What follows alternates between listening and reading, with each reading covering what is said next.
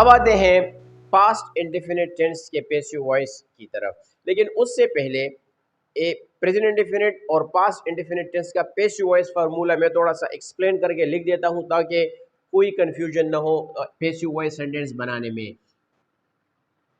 Passive voice sentence structure यानी passive voice का जुमले बनाने का तरीका। नंबर 1, सब्जेक्ट यानी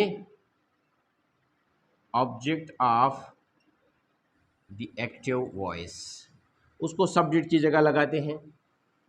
नंबर 2, बी वर्ब यानी is, am, are present tense में, और वॉज या वर पास्ट टेंस में, यानी पास्ट इंडेफिनिट में वॉज वर, प्रेजेंट इंडेफिनिट में एज, एम, आर।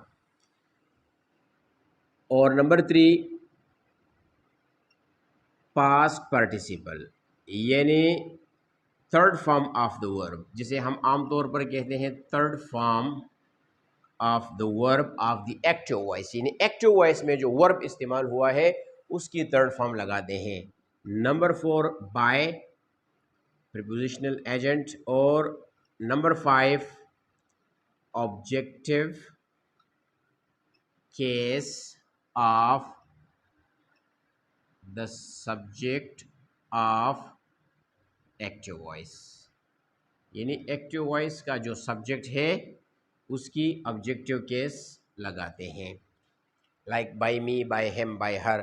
थोड़ा सा इसको एक्सप्लेन करते हैं कि अगर हमारे पास सब्जेक्ट आई है तो उसको बाय मी में कन्वर्ट करते हैं, यू है तो बाय यू ही लगाते हैं, वी है तो by us, he by him, she bye हर, और दे बाय देम। और अगर नाउन है तो वही नाउन, यानी Ali place cricket, cricket is played by Ali.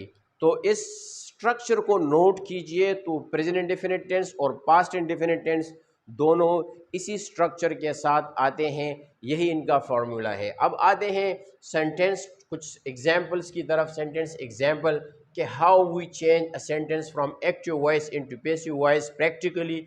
So let's have a start towards this. She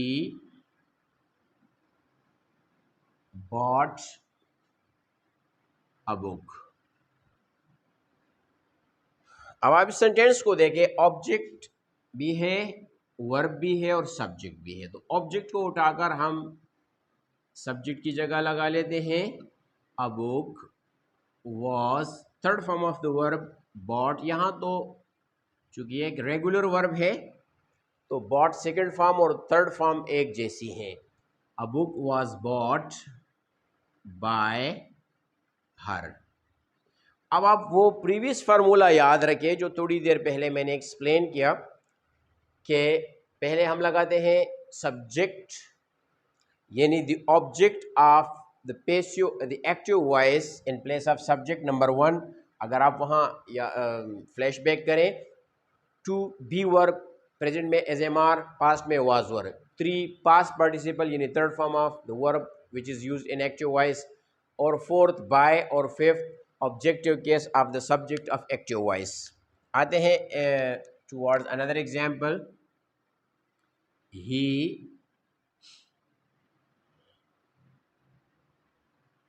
accompanied Ali, उसने अली का साथ दिया। तो Ali will be the subject of passive voice. Ali past tense है तो वॉज लगाते हैं क्योंकि सब्जेक्ट सिंगुलर है। अली वॉज अकम्पनीड की थर्ड फॉर्म है accompanied by Ali. Another example from the past tense, they wrote a letter, उन्होंने एक खत लिखा। अ लेटर ऑब्जेक्ट है, अ लेटर वॉज, राइट की थर्ड फॉर्म है रिटन, रोट सेकंड फॉर्म है write, wrote, written by them. तो a letter was written by them. अच्छा, इसकी उर्दू ट्रांसलेशन है a book was bought by her, एक किताब खरीदी गई या खरीदी जाती थी। शी बॉट अ बुक, वो एक किताब खरीदती थी या उसने एक किताब खरीदी। अ बुक वॉज बॉट, एक किताब खरीदी गई। ही अकम्पनीड अली, उसने अली का साथ दिया या वो अली का साथ देता था। अली वॉज अकम्पनीड, अली का साथ दिया जाता था। दे रोट अ लेटर, वो एक खत लिखते थे या उन्होंने खत लिखा। अ लेटर वॉज रिटन, एक खत लिखा गया या एक खत लिखा जाता था। एक इंट्रोगेटिव सेंटेंस लेते हैं। डिड यू स्पीक इंग्लिश, क्या तुम अंग्रेजी में बात करते थे या क्या तुमने अंग्रेजी बोली।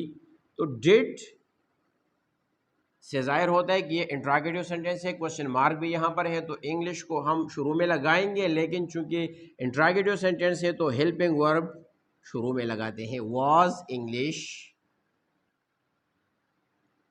Spoken by you. आप इसमें कंफ्यूज ना हो कि यहाँ पर वाज लग गया तो फिर यहाँ से वो वाज कहाँ चला गया। एक्चुअली ये वही वाज है जो जुमलों के शुरू में लग गया, क्योंकि इंट्रोगेटिव सेंटेंस में हम is, am, are, was, were, shall, will, do, does, did वगैरह सब जुमले के शुरू में लगाते हैं। तो that is what we see at the beginning of the sentence. Was English spoken, क्या अंग्रेज़ी बोली जाती थी।